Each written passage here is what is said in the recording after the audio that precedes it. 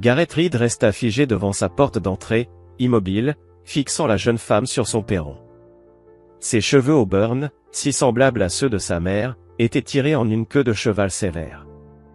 Et ses yeux, ses propres yeux, bordés de rouge. 3 ans. Cela faisait 3 ans qu'il n'avait pas vu sa fille en personne. 3 ans depuis ce texto, « Je te déteste ». Pendant un instant, il ne put que respirer. Inspirer de l'air dans des poumons qui semblaient avoir oublié comment faire. Le carton qu'elle portait dans ses bras semblait l'écraser, autant physiquement qu'émotionnellement. « Léa » parvint-il enfin à dire, sa voix étrangère à ses propres oreilles. « Papa » répondit-elle, à peine audible. « Est-ce que je peux entrer ?» Garrett s'écarta. Ses gestes étaient mécaniques. Sa vaste maison de Ridgewood Heights lui semblait soudain étouffante. Cette maison faisait partie de son image de réhabilitation après le divorce, un message clair à la communauté, Garrett Reed n'était pas un homme qu'on pouvait détruire. Ni par Marlène. Ni par personne. Léa se tenait maladroitement dans le vestibule, serrant la boîte contre elle comme un bouclier. « J'ai trouvé ça dans le placard de maman. » Sa voix se brisa.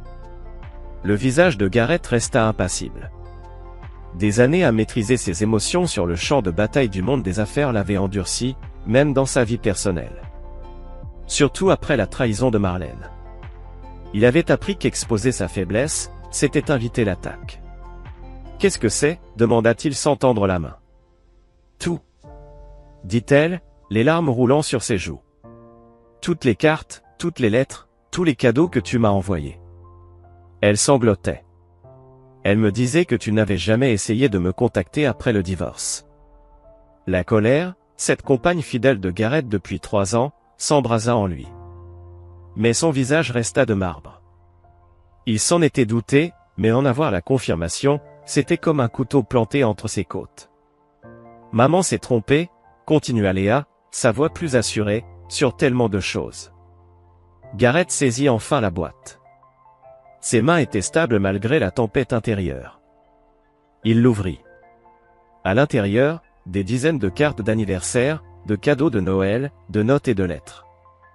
Tous non ouverts. Tous adressés à Léa, de son écriture soignée. 3 ans de tentatives pour la joindre. Toutes interceptées. Toutes cachées. Pour la première fois depuis des années, Garrett sentit l'humidité poindre dans ses yeux. Il cligna rapidement. Faiblesse, ce n'était plus une option. Il y a autre chose, dit Léa d'une voix douce. Des choses que j'ai découvertes à propos de maman, et de Russell. Russell Harmon. Rien qu'entendre ce nom fit se crisper la mâchoire de Garrett.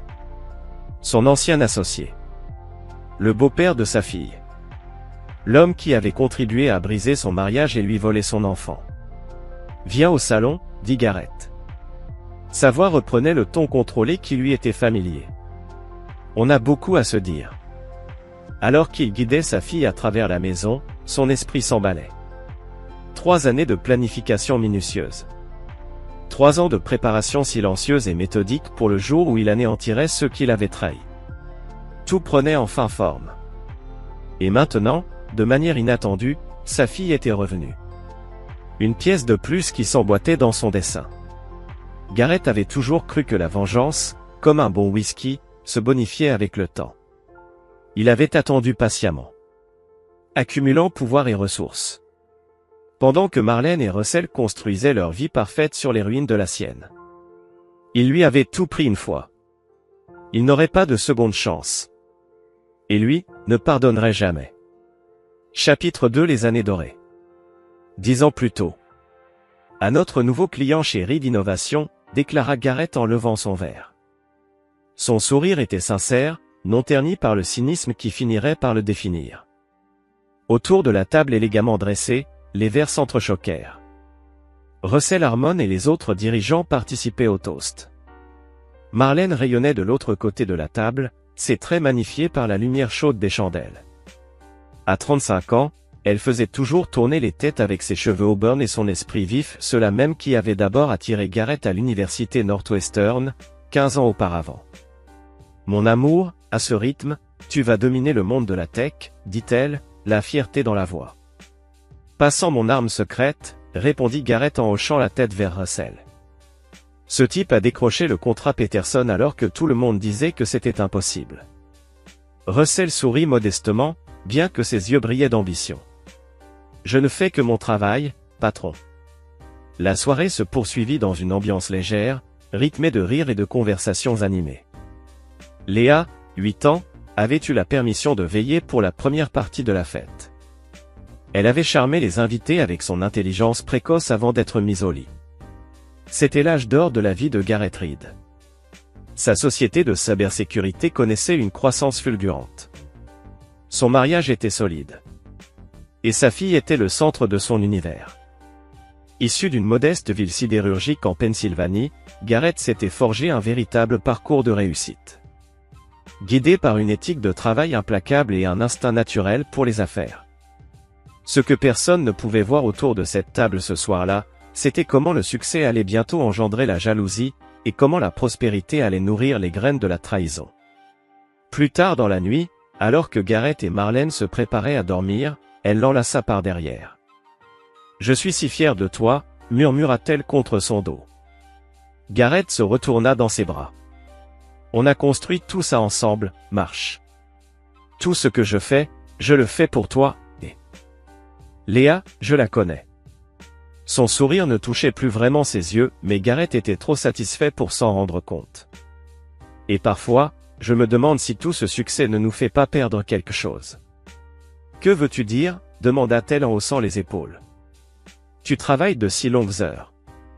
Léa te manque. Moi aussi, tu me manques. Ce n'est que temporaire, la rassura-t-il.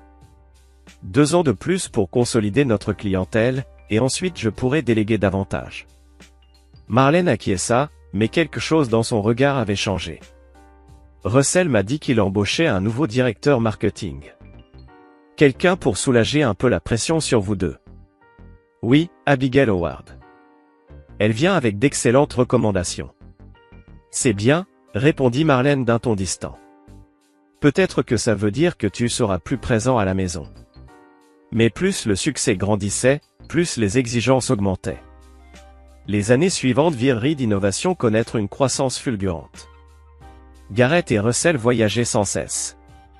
Abigail Howard s'avéra être une recrue précieuse, elle attira de nouveaux clients et apporta des stratégies marketing novatrices. Le trio de Garrett, Russell et Abigail devint une équipe imbattable. Et Marlène ? Elle s'éloignait peu à peu. Ce que Garrett ne vit pas, c'est que Marlène commença à se confier à Russell lors des événements d'entreprise. Il ne remarqua pas les regards prolongés, les gestes anodins mais trop intimes, les blagues partagées en privé. Aveuglé par son ambition, il ne vit pas l'intimité croissante entre sa femme et son associé. Trop concentré à bâtir un empire, il ne s'aperçut pas que les fondations de sa vie personnelle s'effritaient. Quand Léa eut 11 ans, les fissures dans le mariage des Reed devenaient impossibles à ignorer.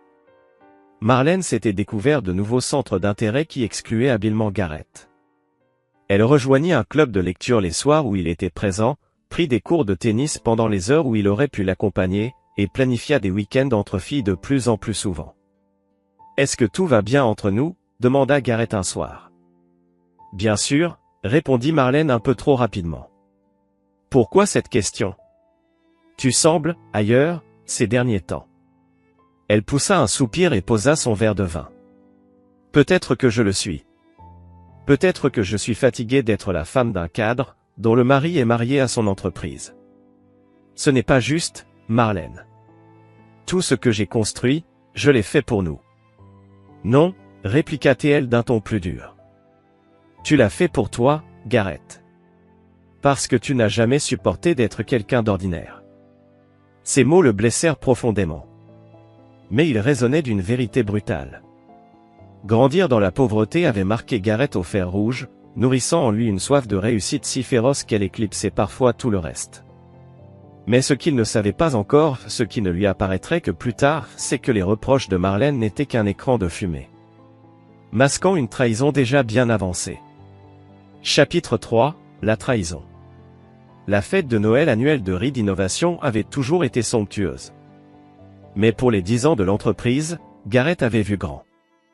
L'événement se déroulait au manoir de l'Acéside, avec des sculptures de glace, un orchestre en direct, de la cuisine gastronomique et des alcools fins pour satisfaire les 300 invités. Abigail Howard s'approcha de Garrett, qui observait la scène depuis un coin tranquille. « Vous vous cachez à votre propre fête ?» dit-elle en lui tendant un scotch tout juste servi. Garrett sourit à sa directrice marketing. À 40 ans, Abigail était frappante. Pas une beauté classique, mais un regard gris plein d'intelligence et une attitude directe qui avait toujours été un atout pour l'entreprise. « Je prends juste un moment pour apprécier tout ça, » répondit-il. « C'est fou de voir jusqu'où on est allé. »« Vous devriez être fier, » dit-elle. « Mais je suis étonné que Marlène ne soit pas à vos côtés pour un tel moment. » Garrett balaya la salle du regard. Il ne l'avait pas vue depuis au moins une demi-heure. Elle parlait avec les épouses Peterson tout à l'heure. En fait, dit Abigail avec prudence, je l'ai vue sortir sur la terrasse, il y a environ 20 minutes. Russell était avec elle. Quelque chose dans la voix d'Abigail lui serra l'estomac. Je vais aller les trouver. Excuse-moi. L'air de décembre glaça Garrett lorsqu'il sortit sur la terrasse. Elle semblait vide au premier regard, mais un mouvement dans l'ombre du jardin attira son attention. Il s'approcha de la balustrade et regarda en contrebas dans la lumière tamisée. Là, partiellement caché derrière un pin décoratif, se tenaient Russell et Marlène. Et ils ne faisaient pas que parler. La main de Russell caressait le visage de Marlène, son pouce effleurant sa joue d'un geste intime sans équivoque. Garrett resta figé, sidéré. Il vit sa femme lever le visage vers celui de son associé. Leurs lèvres se rejoignirent dans un baiser, chargé de familiarité. Le choc le frappa comme un coup physique. Son esprit refusa d'abord ce qu'il voyait, cherchant frénétiquement une autre explication. Mais la vérité s'imposa avec une clarté impitoyable. Chaque réunion tardive. Chaque séminaire du week-end. Chaque soirée de club de lecture. Tout prenait soudain un sens terriblement cohérent. Son premier réflexe fut d'aller les confronter immédiatement. De bondir, de les séparer de ses propres mains. Mais un instinct plus profond l'arrêta. Celui du prédateur. Celui qui l'avait aidé à écraser ses concurrents pendant des années. L'information, c'était le pouvoir. Réagir sans planifier, c'était la faiblesse. Silencieusement, Garrett se retira de la terrasse. Il retrouva Abigail à l'intérieur. « Depuis combien de temps tu sais ?» demanda-t-il d'une voix glaciale. Elle le regarda droit dans les yeux, sans ciller. « Je soupçonnais depuis des mois. J'en ai eu la certitude il y a 3 semaines. Quand je les ai vus sortir ensemble de l'aéroport Marriott. Et tu ne m'as rien dit ? Il me fallait des preuves solides, répondit-elle. Des preuves qui tiendraient devant un tribunal. Garrett la fixa. Qu'est-ce que tu essaies de dire ? Je dis que j'ai des photos.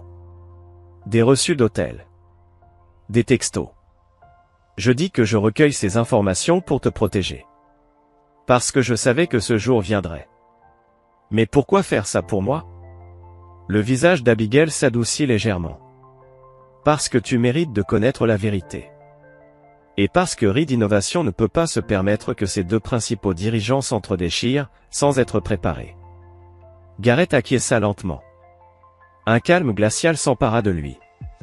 Merci. Cette nuit-là, il ne dit rien à Marlène. Il ne la confronta pas. Il ne laissa rien paraître.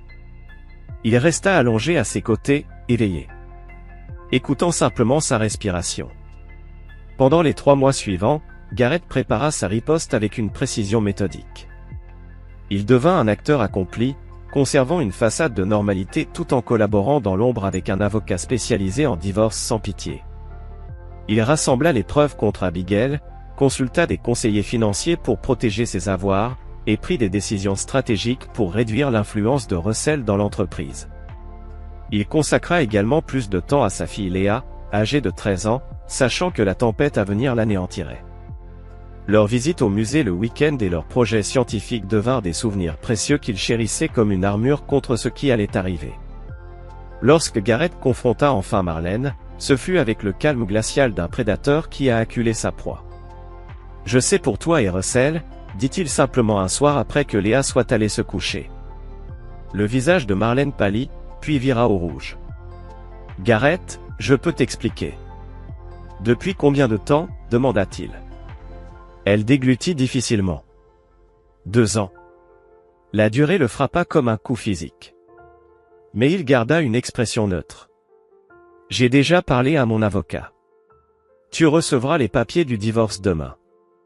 Gareth, s'il te plaît, on peut surmonter ça. Non, répondit-il d'un ton plat. On ne peut pas. Et Léa, demanda Marlène, le désespoir perçant dans sa voix. Je vais demander la garde exclusive. L'expression de Marlène se durcit. Tu ne l'obtiendras jamais. Tu n'es jamais à la maison. Tu es marié à cette entreprise. Et tu couches avec mon associé. Gareth rétorqua froidement. Voyons lequel de nous deux le juge considérera comme plus nuisible au bien-être d'un enfant. Ce qui suivit fut un divorce qui vira rapidement à la guerre ouverte. Marlène, réalisant qu'elle ne pouvait pas gagner sur le terrain de l'infidélité, changea de tactique.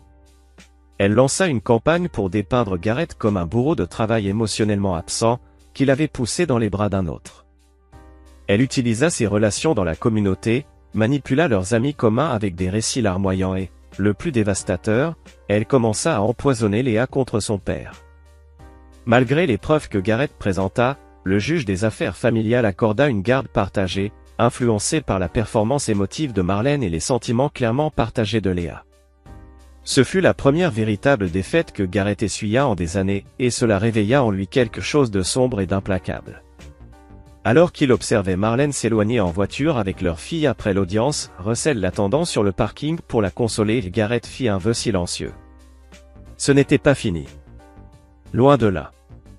Il lui avait pris sa confiance, sa famille et départ de son entreprise.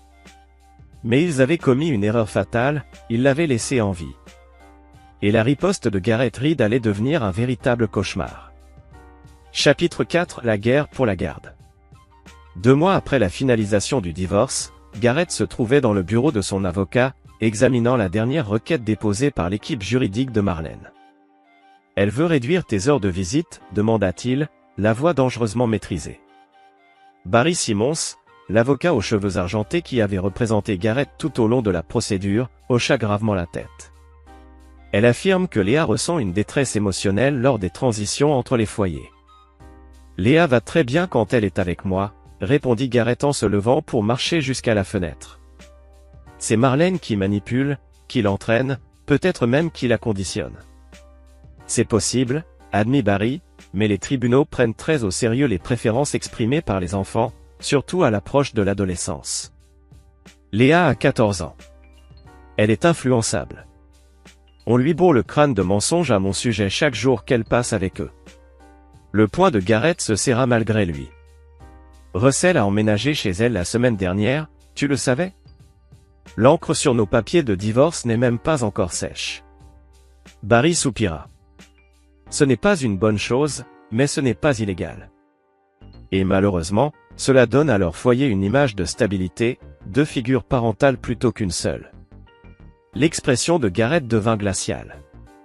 Je veux une évaluation psychologique de Léa. Une enquête pour aliénation parentale. J'exige toutes les procédures légales possibles pour exposer ce qu'ils font. Ce sera coûteux, Gareth. Et risqué. Cela pourrait aggraver les choses avec Léa si elle pense que tu attaques sa mère. Je me fiche du prix, répondit Gareth. Ma fille est tout ce qui compte. La bataille pour la garde qui suivit l'année suivante devint tristement célèbre dans les cercles juridiques du comté. Gareth n'épargna aucune dépense, il engagea des psychologues pour enfants, des détectives privés, et des coachs parentaux. Il documenta chaque visite annulée, chaque remarque négative de Léa sur le foyer de sa mère, chaque fois que Russell dépassa les limites en tant que beau-père. Mais Marlène riposta avec la même férocité. Elle inscrivit Léa chez un thérapeute dont l'objectivité semblait douteuse, trop prompt à blâmer Gareth. Elle dressa la liste de ses horaires de travail, ses voyages, ses longues soirées. Elle brossa le portrait d'un homme obsédé par son travail, pour qui sa fille n'était qu'une possession de plus à contrôler.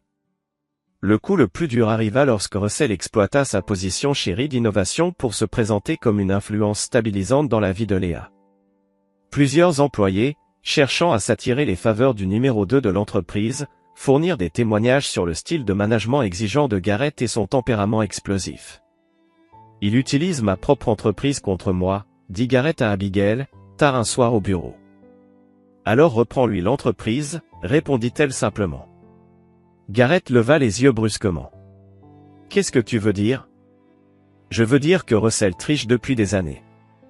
Pour la sécurité Peterson, il a sous-traité des composants clés à un développeur étranger pour économiser, mettant nos données en danger. Le contrat Miller ?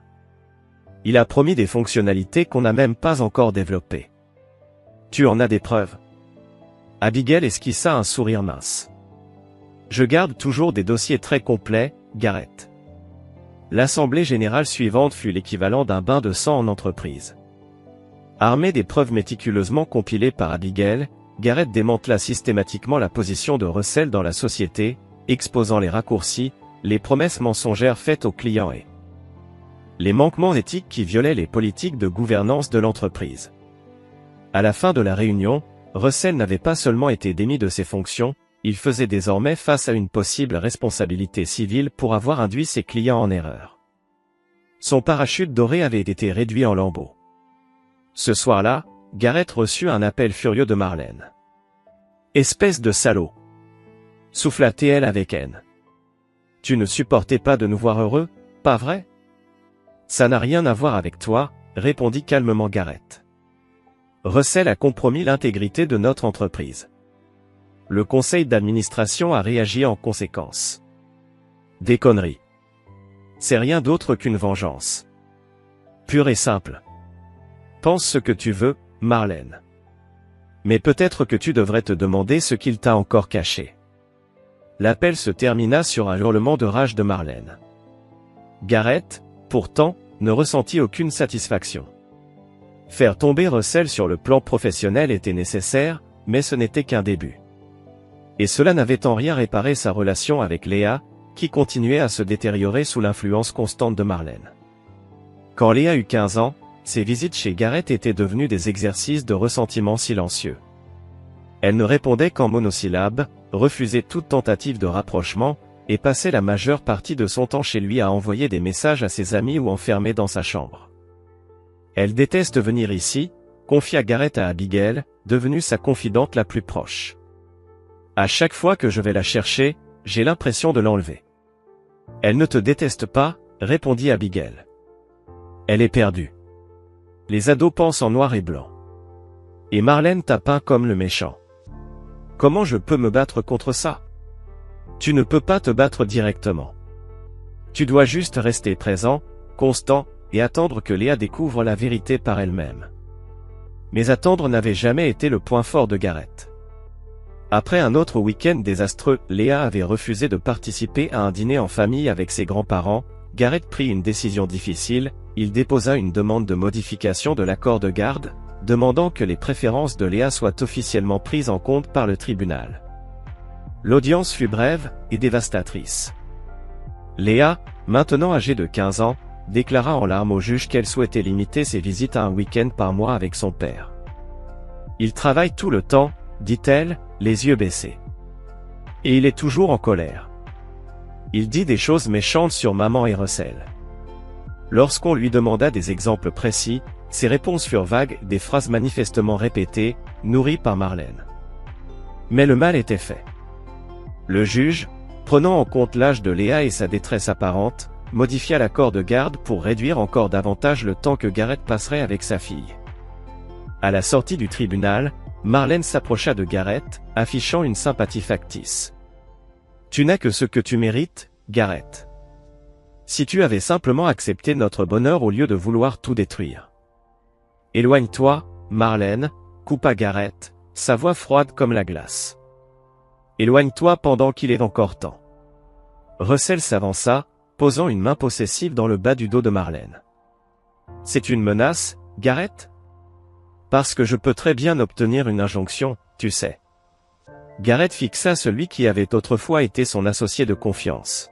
« Il observa le costume de designer, payé avec l'argent de Reed Innovation, et l'arrogance triomphante dans son regard. « Ce n'est pas une menace, » répondit Garrett froidement. « C'est une promesse. » Tandis qu'il les regardait s'éloigner avec sa fille, quelque chose se cristallisa dans l'esprit de Garrett. Le système judiciaire l'avait trahi. Les méthodes conventionnelles avaient échoué. Il était temps de passer à des solutions non conventionnelles. Ce soir-là, il appela Vincent Blackwood, un vieil ami d'université aux contacts variés dans les milieux légaux et moins légaux. « J'ai besoin de ton aide, Vince, » dit Garrett lorsqu'il décrocha. « Pas de question. » Un silence.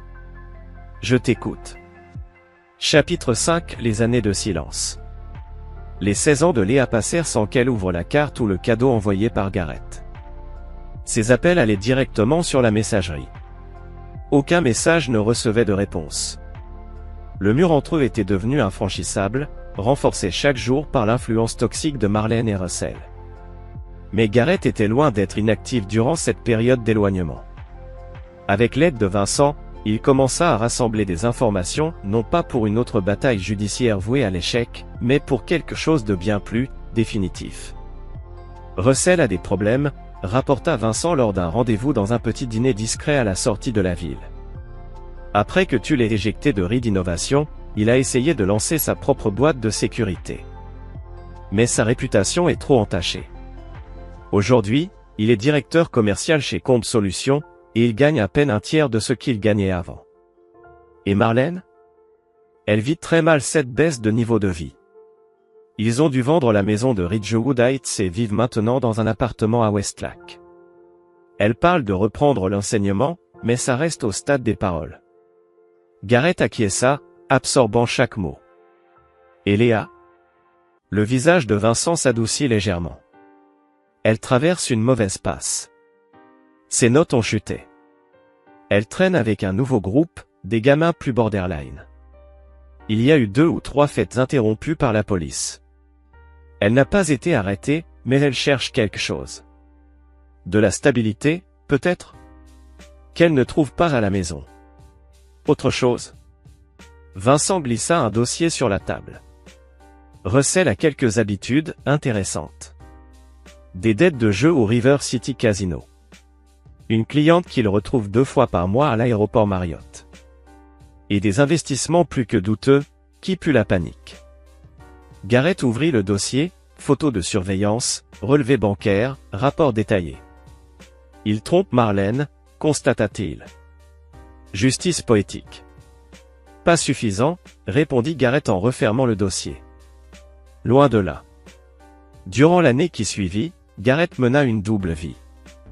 Aux yeux du monde, il était le PDG prospère de Reed Innovation, développant l'entreprise à l'international, innovant dans les systèmes de sécurité.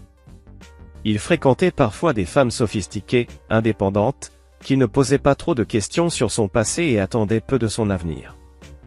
Mais son véritable objectif restait ailleurs, un plan méticuleux de rétribution. Il loua un box de stockage sous le nom d'une société écran, y accumulant discrètement des objets clés. Il noua des liens avec des gens gravitant autour de Marlène et Russell, la conseillère d'orientation de Léa, le concierge de leur immeuble, même le barista du café préféré de Russell. Mais surtout, il commença à constituer ce qu'il appelait la boîte de la vérité. Un dossier complet retraçant la trahison de Marlène et Russell, leur manipulation de Léa et leurs échecs successifs, chaque mensonge, chaque manipulation, chaque promesse brisée, tout avait été documenté, daté et soigneusement conservé.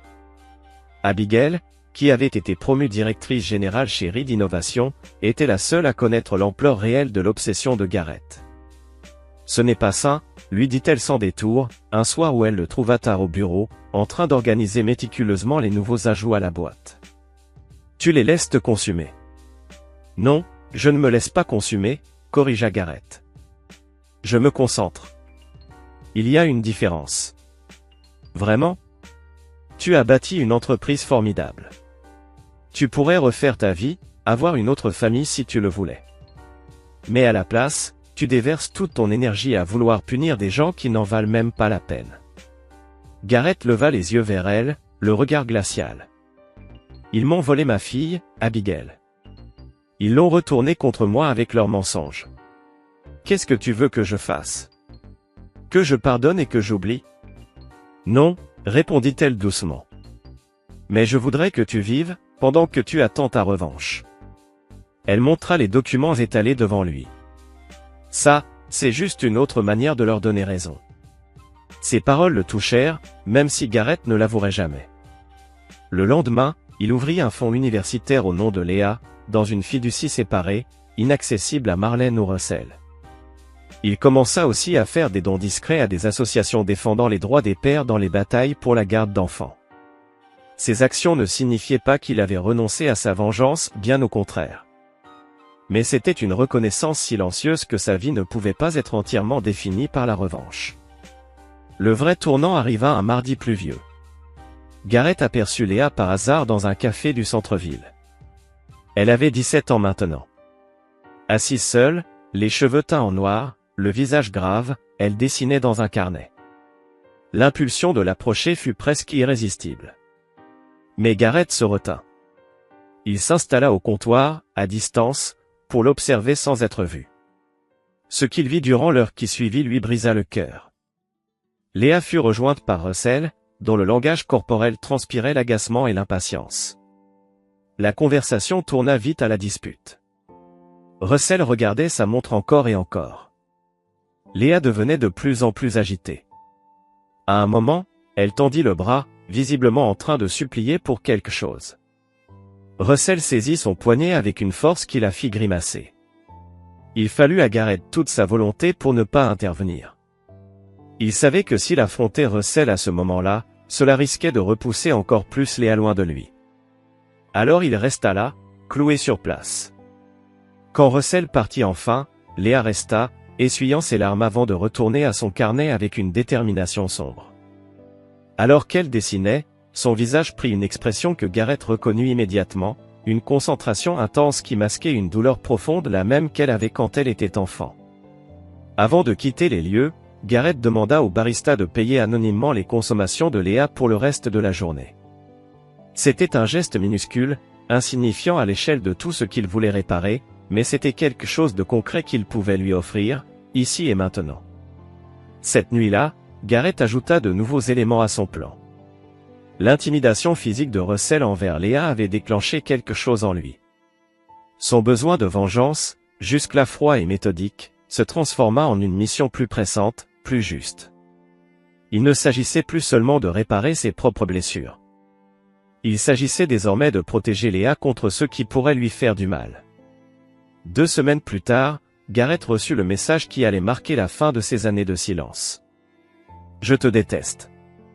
Ne me contacte plus jamais. » Le message arriva après la visite du week-end de Léa chez lui, une visite imposée par le jugement de garde, mais tellement tendue qu'il ne s'était quasiment pas adressé la parole. Quelque chose avait dû se passer une fois qu'elle était rentrée chez Marlène.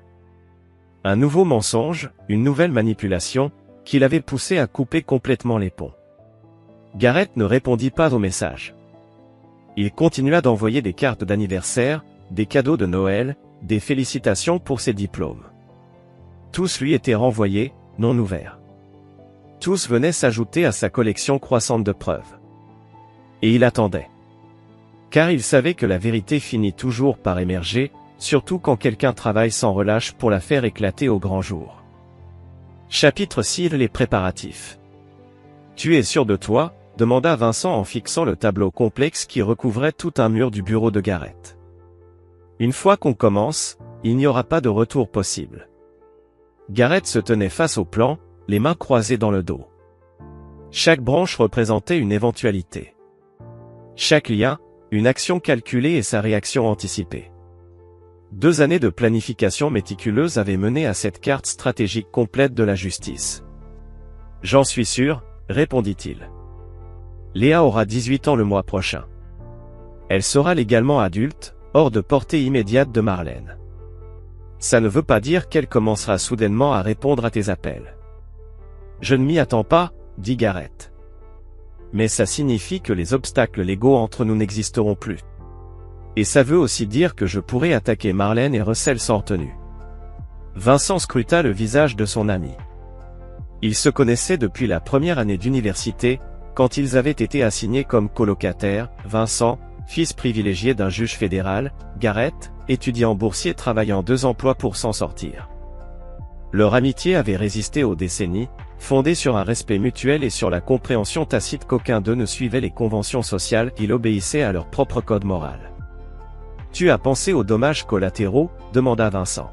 « Pas seulement pour eux. Pour toi.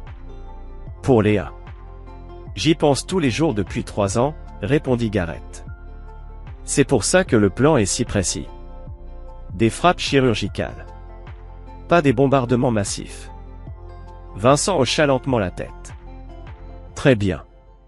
Repassons toute une dernière fois. » Pendant les 3 heures suivantes, ils révisèrent chaque phase de ce que Gareth avait nommé « Opération Vérité ». Cela commençait par une pression financière. Subtile au début, puis de plus en plus sévère. Les dettes de jeux de Russell allaient être rachetées par une société écran contrôlée par Vincent, puis exigées d'un seul coup. Sa maîtresse recevrait des preuves d'autres liaisons, habilement falsifiées pour paraître plus nombreuses qu'elles ne l'étaient réellement. Pendant ce temps, Marlène verrait sa réputation sociale méthodiquement détruite. Des tuyaux anonymes à ses anciennes amies au sujet de propos méprisants qu'elle aurait tenus. Des fuites ciblées sur des problèmes financiers, qui la feraient rayer des listes des comités caritatifs. Et au sein des comités sociaux, la beauté résidait dans le déni plausible, expliqua Gareth. Chaque événement pouvait passer pour de la malchance, une vendetta personnelle ou simplement les conséquences naturelles de la vie. « Et la boîte ?» demanda Vincent. « La pièce maîtresse ?» confirma Gareth. « Chaque carte et lettre que j'ai envoyée à Léa, chaque cadeau qu'ils ont retenu, chaque mensonge qu'ils lui ont raconté à mon sujet. Des photos de Russell avec sa maîtresse. Des preuves de leur mauvaise gestion financière, celle qui lui a coûté son fonds pour l'université. Tout organisé chronologiquement, irréfutablement. « Et comment comptes-tu lui faire voir tout ça ?» demanda Vincent. L'expression de Gareth se durcit. C'est là que ton ami Lewis intervient. Lewis Crawford était un expert en ce qu'il appelait, avec euphémisme, la récupération et relocalisation de données. Un hacker de haut niveau, dont les services coûtaient cher. Son rôle ? S'assurer que certaines photos compromettantes de Russell atterrissent sur l'ordinateur portable de Marlène, là où Léa serait susceptible de les découvrir pendant ses devoirs. Les photos seules ne suffiront pas, prévint Vincent. Les ados découvrent tous les jours que les adultes sont imparfaits. Ils s'adaptent. Les photos, expliqua Gareth, ne sont que la première fissure dans le barrage. Une fois que Léa commencera à remettre en question une partie de leur récit, tout le reste suivra. Elle est intelligente. Elle l'a toujours été. Il lui faut juste une raison de regarder de plus près. Vincent hocha lentement la tête. Et si elle ne le fait pas ? Elle le fera, affirma Gareth avec une certitude absolue. Parce que malgré tout, c'est ma fille. Et la vérité compte pour elle. Les préparatifs finaux prirent 2 semaines supplémentaires. Des comptes bancaires furent ouverts, les traces numériques effacées, les alibis construits. Gareth alla même jusqu'à programmer un voyage d'affaires à Singapour, afin d'être à des milliers de kilomètres au lancement de la première phase. Non par peur de répercussions légales, mais pour qu'aucun soupçon ne pèse sur lui, du moins jusqu'au moment qu'il aurait choisi. La veille de son départ, Gareth visita l'ancienne chambre de Léa. Il l'avait laissée telle quelle depuis 3 ans. Des posters de groupes qu'elle aimait à 15 ans, les livres d'astronomie qu'elle collectionnait, le télescope près de la fenêtre. C'était un sanctuaire. Celui du lien qu'ils avaient partagé, et de celui qu'il espérait reconstruire. Il sortit de sa poche une vieille photo. Léa, 10 ans, assise sur ses épaules lors d'un match de baseball, tous deux riant aux éclats. Marlène l'avait prise, durant les dernières bonnes années avant que tout ne s'effondre. Gareth posa la photo sur le bureau de Léa, comme un talisman pour ce qui allait arriver. Bientôt, murmura-t-il à la pièce vide. Le lendemain, il monta dans un avion pour Singapour. L'image même du PDG accompli en voyage d'affaires. Seuls Vincent et Abigail savaient que, pendant que Gareth négocierait contrats et réunions à l'autre bout du monde, l'opération Vérité allait débuter chez eux, avec la précision d'une montre suisse. Mais ce qu'aucun d'eux n'avait anticipé, c'est à quelle vitesse le plan allait s'accélérer une fois enclenché, ni comment les propres actions de Léa transformeraient cette chorégraphie minutieuse en quelque chose de bien plus imprévisible et puissant. Chapitre 7, la découverte. Léa Sullivan se tenait dans le dressing de sa mère, à la recherche d'une paire de bottes qu'on lui avait promis de prêter pour son projet de photographie de fin d'année. À presque 18 ans, elle s'était passionnée pour la photographie en noir et blanc, trouvant dans ces contrastes abrupts un reflet de sa propre vision du monde. Le dressing était méticuleusement rangé, l'un des rares traits constants de sa mère, les chaussures alignées par couleur et saison sur le mur du fond. Alors que Léa poussait les vêtements suspendus pour atteindre l'étagère à chaussures, sa main fit tomber une boîte à chapeau du haut de l'étagère. Elle tomba avec un bruit sourd, bien trop lourd pour être vide. Intriguée, Léa la ramassa.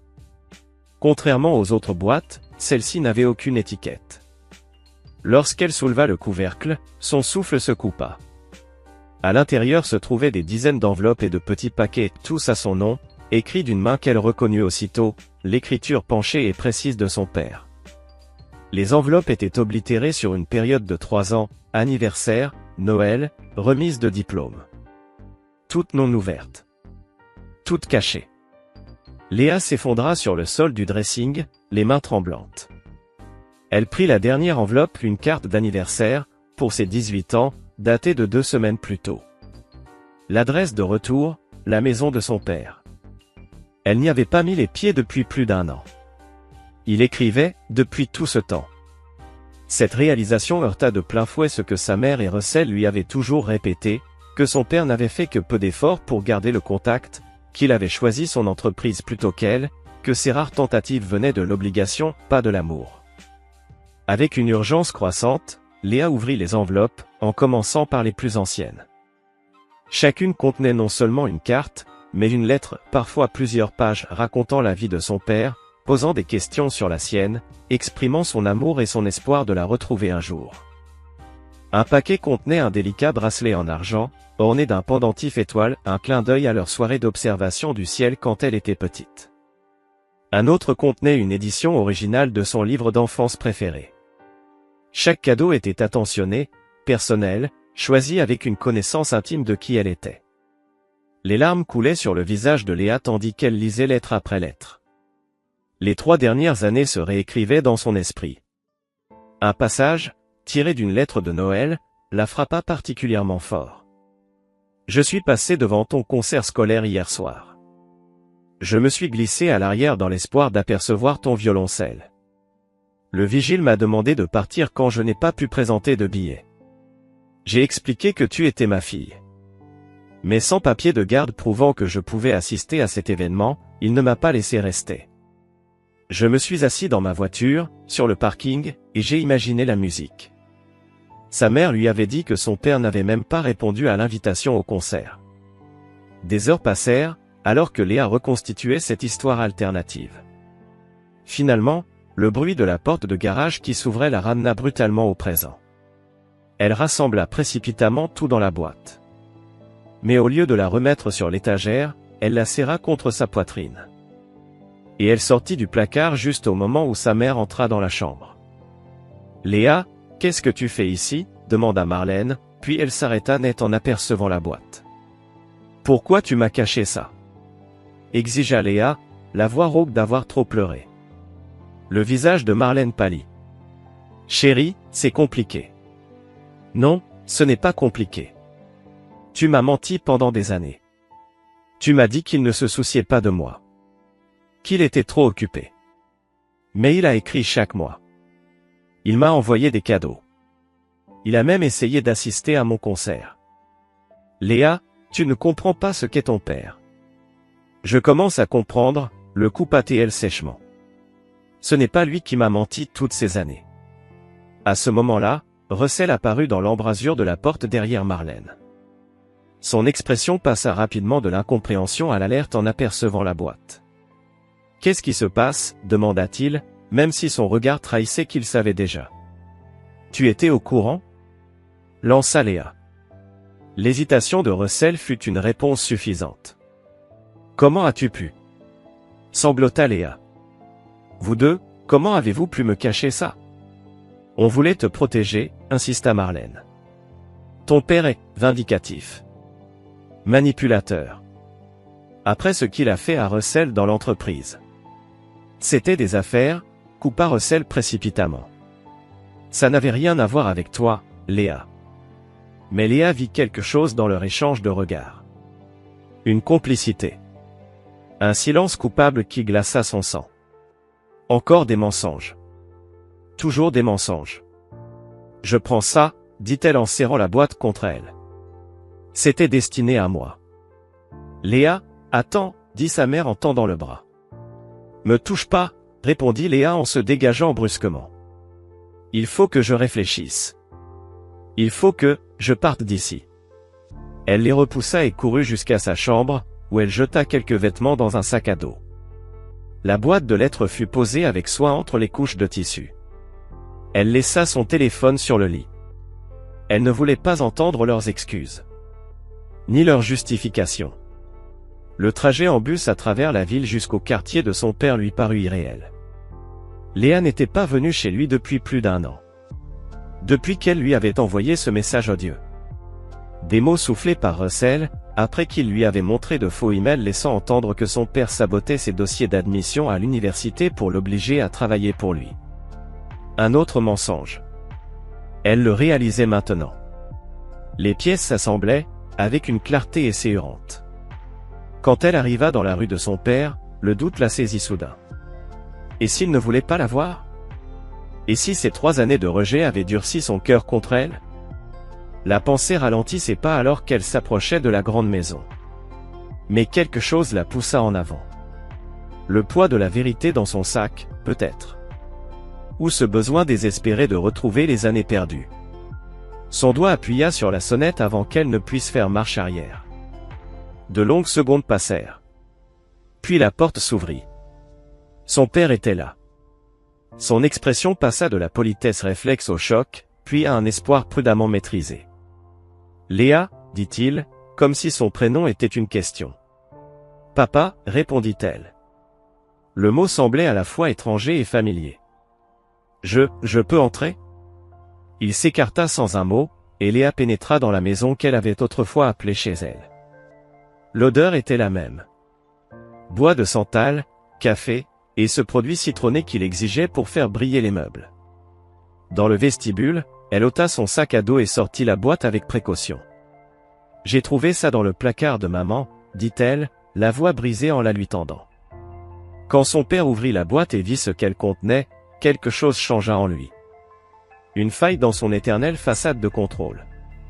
Ses mains, habituellement si sûres, tremblèrent légèrement en saisissant une des cartes encore fermées.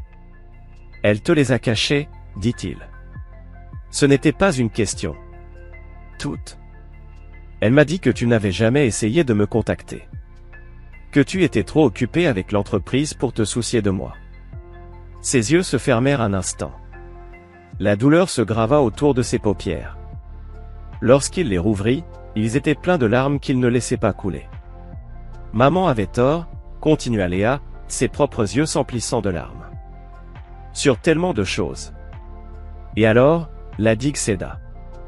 Les larmes dévalèrent ses joues. Je suis désolé, papa. Tellement désolé. Pour le message. Pour t'avoir cru. Non, dit-il fermement, malgré le tremblement de sa voix. Tu n'as rien à te reprocher, Léa. Tu étais une enfant, prise entre des adultes qui auraient dû te protéger de ce genre de douleur. Il posa la boîte sur le côté. Puis, après une brève hésitation, il ouvrit les bras. Léa se réfugia dans son étreinte. L'odeur familière de sa colonne raviva des souvenirs qu'elle avait refoulés pendant des années.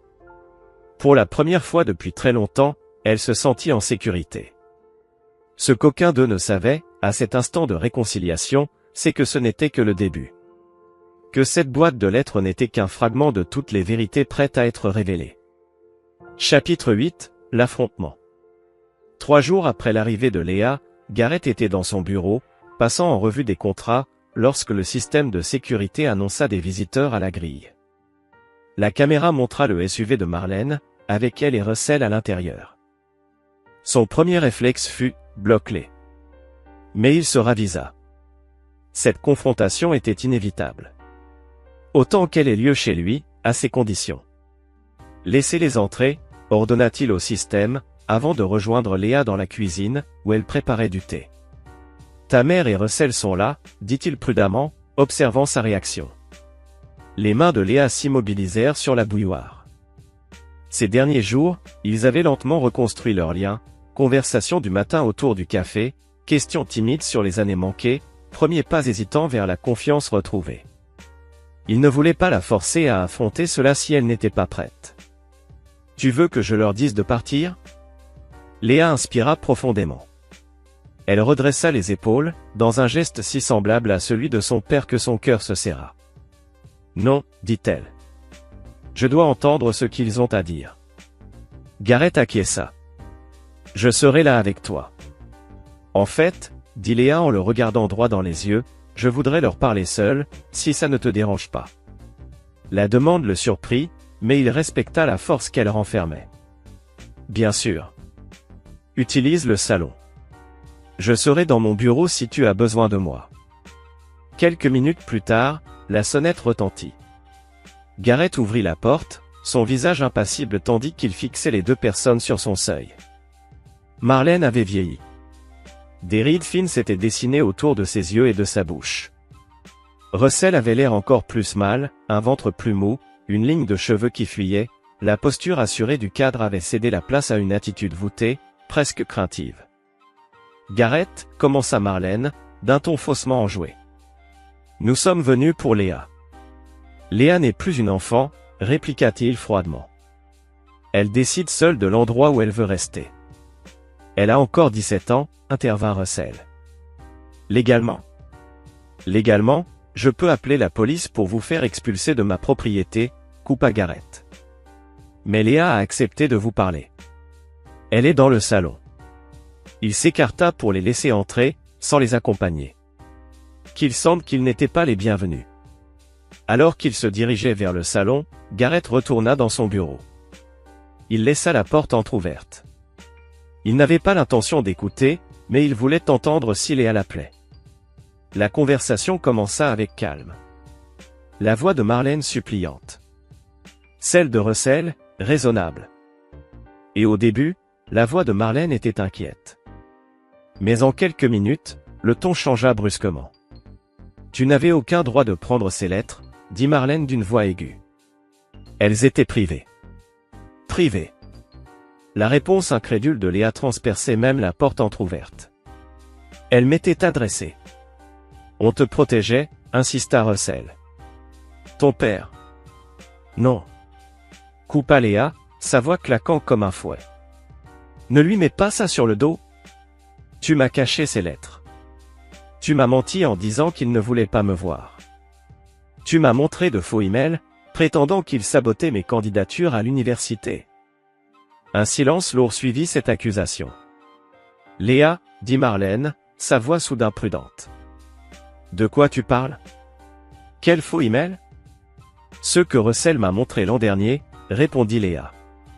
Ceux qui m'ont poussé à envoyer ce texto horrible à papa. Un nouveau silence. Plus long cette fois. Russell, demanda Marlène, sa voix maintenant remplie de confusion et de suspicion.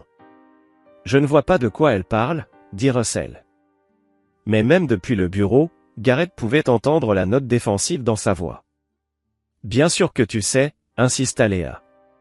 Tu m'as montré des emails de papa à un responsable des admissions de Berkeley, où il disait que je n'étais pas assez stable émotionnellement pour aller à la fac. Tu as dit qu'il voulait que je travaille pour lui, pour pouvoir me contrôler. Tu as fait quoi? Demanda Marlène d'une voix dangereusement calme. La conversation dégénéra rapidement, Marlène exigeait des explications, Russell esquivait, et Léa exposait d'autres incohérences qu'elle avait découvertes dans la version des faits qu'on lui avait racontée pendant des années. Garrett, resté dans son bureau, écoutait avec une satisfaction sombre la toile de mensonges se défaire. Il n'avait pas prévu les faux emails de Russell, une cruauté indépendante, mais il s'insérait parfaitement dans ce schéma de manipulation plus vaste. Les voix s'élevèrent de plus en plus, jusqu'à ce que la porte d'entrée claque. Quelques instants plus tard, Léa apparut dans l'encadrement de la porte du bureau, le visage rouge, mais les yeux clairs. Maman est partie avec Russell, dit-elle.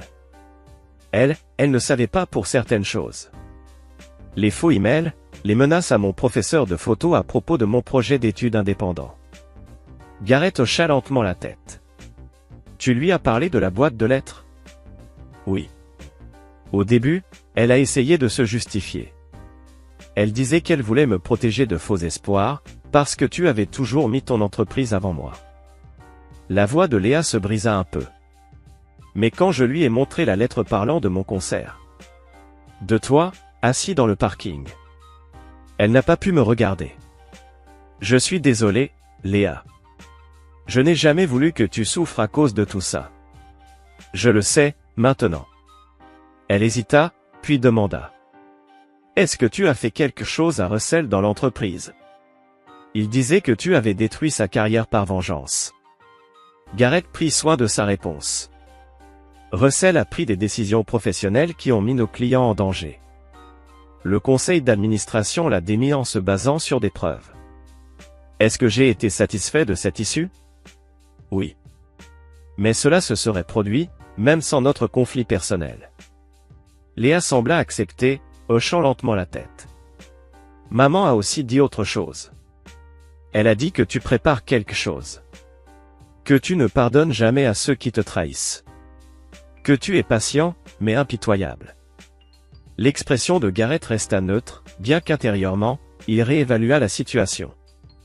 Marlène le connaissait assez bien pour percevoir le plan derrière les récents événements. Elle avait toujours été intuitive. Ta mère et moi avons des visions très différentes du passé, dit-il prudemment. Ce qui compte maintenant, c'est ton bien-être, Léa. Rien d'autre. Plus tard dans la soirée, après que Léa se soit couchée, Garrett reçut un message de Marlène. On doit parler. Seul. Demain, 14 h. Parc Riverside. Il répondit simplement. J'y serai. Cette rencontre allait accélérer son plan. Mais, d'une certaine façon, cela rendrait les choses plus nettes, une confrontation directe au lieu d'un démantèlement lent. De toute manière, la fin restait la même. Cette nuit-là, Garrett ouvrit le meuble fermé à clé dans son bureau et consulta le contenu de la véritable boîte de vérité, la version complète. Elle contenait non seulement ses lettres à Léa, mais aussi bien plus, des photos de Russell avec sa maîtresse, des documents financiers prouvant comment ils avaient gaspillé l'argent destiné aux études de Léa, des enregistrements audio de Marlène coachant Léa sur ce qu'elle devait dire au tribunal familial. Le lendemain allait déterminer quelle pièce de ces preuves serait utilisée et comment. Ce à quoi il ne s'attendait pas, c'était l'appel téléphonique à minuit. Marlène. Sa voix était lourde de larmes peut-être, ou d'alcool, ou les deux. C'était l'idée de Russell, dit-elle sans préambule. Les lettres, les lui cacher, tout ça. Je voulais juste te blesser, comme tu m'as blessé. En te négligeant, demanda Garrett d'une voix basse, pour ne pas réveiller Léa. En travaillant trop? En essayant d'être parfait? La voix de Marlène se brisa. En n'ayant jamais besoin de moi. L'entreprise était ta vraie femme, Garrett. Moi, je n'étais que du mobilier. Alors tu as couché avec mon associé, tu as pris ma fille, tu lui as dit que je ne voulais pas d'elle? Sa voix resta maîtrisée. Mais une colère sourde avait percé. C'est disproportionné, je sais, admit-elle, à sa propre surprise. Je sais que ce qu'on a fait est mal, surtout envers Léa. Mais Russell, il poussait toujours plus loin. Les faux emails, les mensonges sur toi menaçant ses profs. Je ne savais pas pour tout ça. Et tu t'attends à ce que je croie ça? Je n'attends plus rien de toi, Garrett. Je sais que tu prépares quelque chose. Quelque chose de terrible. Et. Chapitre 9, la résolution. Riverside Park s'étendait le long du front de mer, une parcelle de nature soigneusement entretenue au cœur du paysage urbain. Garrett arriva avec 15 minutes d'avance, choisissant un banc offrant une vue dégagée dans toutes les directions. L'après-midi printanier était agréable, des fleurs de cerisier flottant dans la brise légère, un décor paisiblement incongru pour ceux qui allaient suivre. Il avait laissé Léa à la maison avec Abigail, qui était passée sous prétexte de livrer des contrats à signer. En réalité, Il voulait quelqu'un en qui il avait confiance pour veiller sur sa fille pendant qu'il réglait ses comptes avec Marlène. À précisément 14 heures, Marlène apparut sur le sentier, seule comme demandé. Elle était vêtue d'un tailleur crème soigneusement choisi, rappelant à Gareth leur jour au tribunal, une armure déguisée en élégance. Marlène, la salua-t-il d'un hochement de tête alors qu'elle s'asseyait à côté de lui, maintenant une distance prudente. « Merci d'être venu », commença-t-elle, les mains serrées sur ses genoux. « Je voulais te parler de Léa. » Je m'en doutais. Elle est confuse en ce moment, en colère, mais elle a toujours besoin de sa mère. Gareth étudia son profil, notant la tension dans sa mâchoire, le maquillage soigneusement appliqué qui ne pouvait pas tout à fait dissimuler les signes d'une nuit sans sommeil. « Léa est la bienvenue pour te voir quand elle le souhaite, dit-il. Je n'interférerai pas dans cette relation. » Un soulagement traversa brièvement le visage de Marlène, rapidement remplacé par de la lassitude. « Et Russell ? Ces menaces doivent cesser, Gareth. Comme je te l'ai dit la nuit dernière, je n'ai pas menacé Russell. Alors qui l'a fait ? C'est la question intéressante, n'est-ce pas ? Gareth l'interrompit, car bien qu'il ait surveillé tous les deux, il n'avait encore pris aucune mesure directe. La couleur disparut du visage de Marlène. « Tu nous as surveillés ? Pensais-tu vraiment que je ne le ferais pas après ce que vous avez fait ?» Elle avala difficilement. « Que veux-tu, Gareth ? Nous punir pour le reste de nos vies ? Forcer Léa à choisir entre ses parents ? Ce que je veux, dit-il, sa voix prenant un ton dangereux, c'est la justice. Pendant 3 ans, toi et Russell avez systématiquement détruit ma relation avec ma fille. Vous avez caché mes lettres, fabriqué des preuves, l'avez empoisonné contre moi. Chaque jour, je me réveillais en sachant que mon enfant croyait que je l'avais abandonné. Je n'ai jamais voulu. Les intentions sont sans importance, la coupa-t-il. Ce qui compte, ce sont les résultats, et le résultat a été la douleur de ma fille. Marlène resta silencieuse, incapable de contrer cette vérité fondamentale.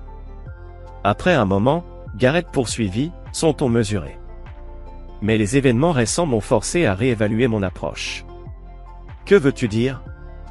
Au lieu de répondre directement, Gareth sortit son téléphone et ouvrit une série de messages que Vincent lui avait envoyés plus tôt ce matin-là, capture d'écran de transferts financiers, email et réservation de vol. Russell prévoit de quitter le pays, dit-il en lui montrant l'écran. Et il ne prévoit pas de t'emmener avec lui. Les yeux de Marlène s'écarquillèrent en parcourant les informations. Ce ne peut pas être vrai. Nous avons la clôture du refinancement la semaine prochaine. Nous sommes censés verser un acompte sur le condo. L'argent du refinancement a été transféré sur un compte offshore hier, l'informa Gareth, ainsi que ce qui restait du fonds universitaire de Léa. L'argent que tu lui as dit être perdu à cause des baisses du marché. Non, Marlène secoua la tête en signe de déni. Russell ne ferait pas ça. Le même Russell qui a montré à notre fille de faux emails pour la retourner contre moi ? Le même Russell qui couche avec son assistante depuis 1 an ? Ce Russell ne te trahirait pas ? La voix de Gareth dégoulinait de sarcasme. Des larmes montèrent aux yeux de Marlène. Comment puis-je savoir que tu n'as pas fabriqué tout cela ? En réponse, Gareth lui tendit une enveloppe scellée, relevé bancaire, confirmation de vol, réservation d'hôtel à Bise en occupation simple, le nom de son avocat qui liquidait discrètement les actifs, tous vérifiables indépendamment.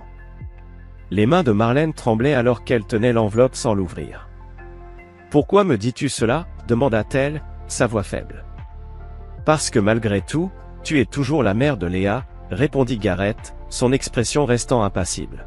« Et parce que ma querelle n'a jamais été uniquement avec toi, mais avec vous deux pour ce que vous avez fait à ma famille. Donc, c'est ta vengeance ?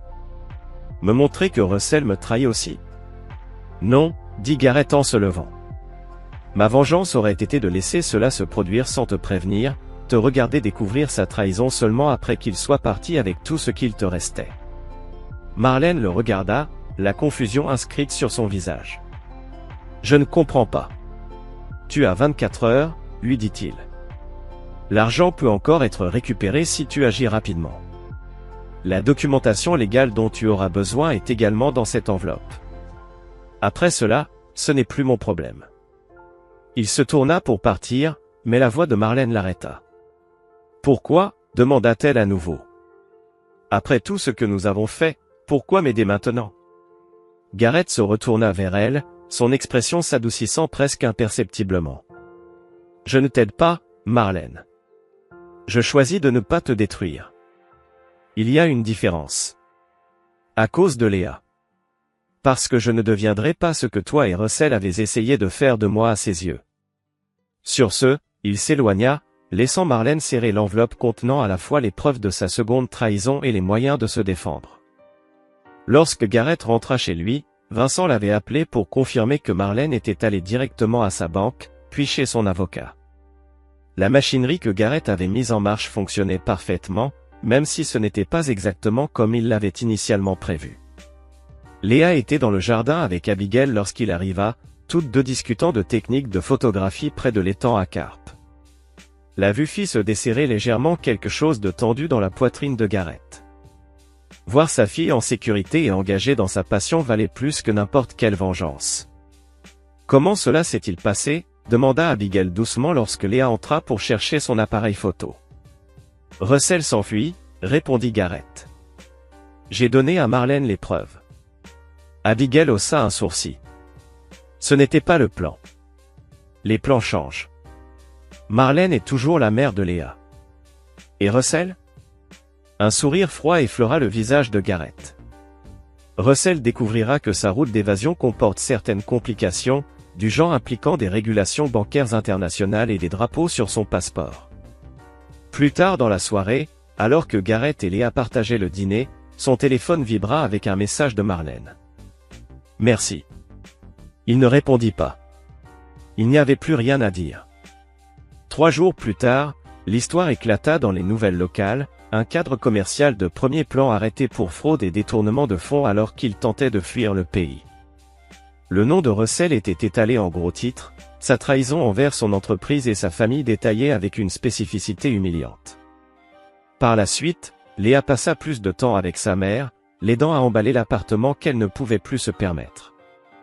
Marlène avait trouvé un poste d'enseignante dans un collège communautaire et loué une petite maison plus proche du campus. C'était une dégradation significative par rapport au style de vie qu'elle avait connu pendant son mariage avec Gareth, mais il y avait en elle une humilité qui avait été absente auparavant. « Maman est différente », commenta Léa un soir alors qu'elle et Gareth étaient assis sur la terrasse arrière. -2, right? So we are still only like halfway there. Oop. Accidentally took a screenshot of nothing.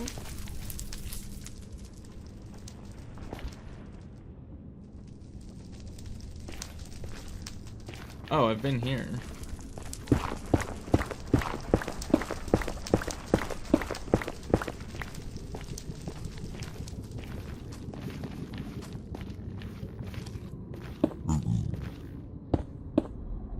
Oh, an Enderman.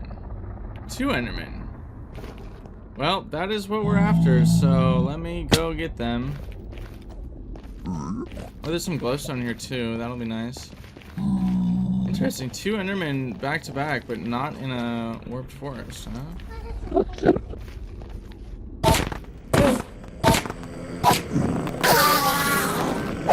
Oh my god, we got a pearl.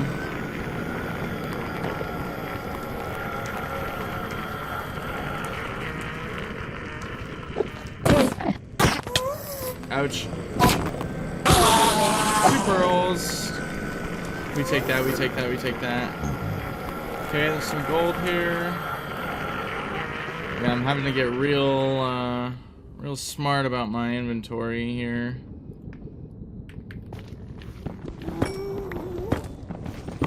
I have 3, yeah, I want like 20, but I don't know if we're gonna get that.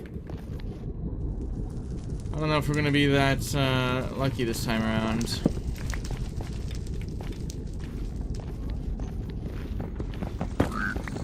Go for 12? Well, I think 12 is like the bare minimum. If I get a 0... If I get a 0-eye portal, and one of them breaks when I'm traveling, then I won't be able to enter. Plus, I would like to be able to pearl in the end, because chat likes to fling me off the edge in the end.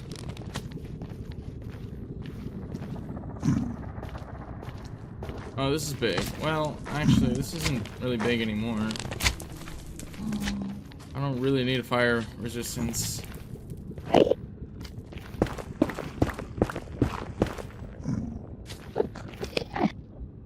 Come on now. There we go. We're all there, unfortunate. Okay, back to our quest. Back to our journey. You're not attacking me, are you? Oh, that scared me.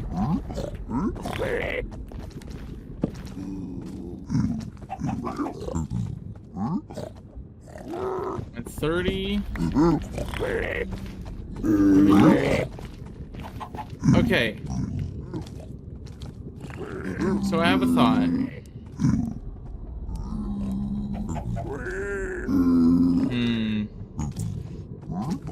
Because my inventory is getting kind of crazy. Oh my gosh, that's a chicken pigment. I didn't even know that was possible. Hello, chicken pigment. So here's my thought. Because my inventory is getting kind of overflowed. Oh my gosh. Pat? What's up, Pat? Uh-oh. Wait a minute. Oh, Pat can ruin my day here, can't she? Pat, what's up? You're looking a little nervous on that edge there. Hold on. Yo, chill, guys. Chill.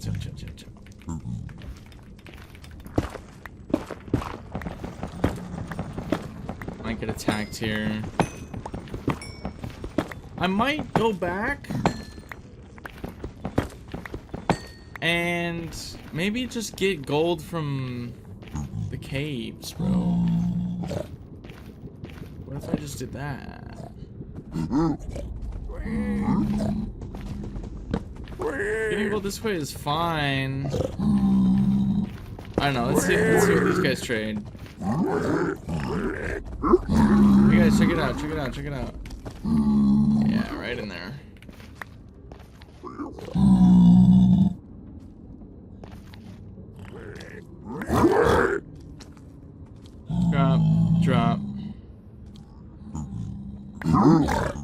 Drop. Drop.